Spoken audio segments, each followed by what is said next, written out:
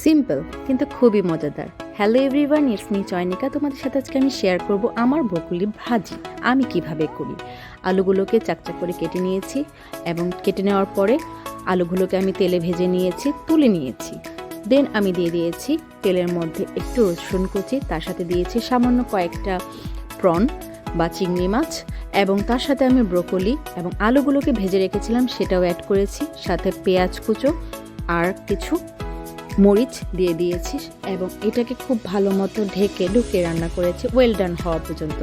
এই খাবারটি খুবই সিম্পল। আমি জানি তোমরা অনেকেই বলবে এই ভাজিটা কি দেখানোর আছে, কিন্তু আমার মনে হলো এই শীতকালে ব্রোকলিটাকে আমরা বলতে পারি ও হচ্ছে একটা রানীর মতো একটা খাবার।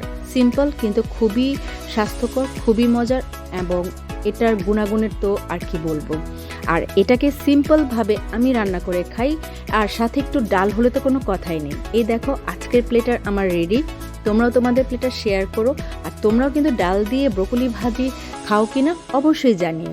থ্যাংক ইউ, সবাই ভালো থেকো, টেক কেয়ার।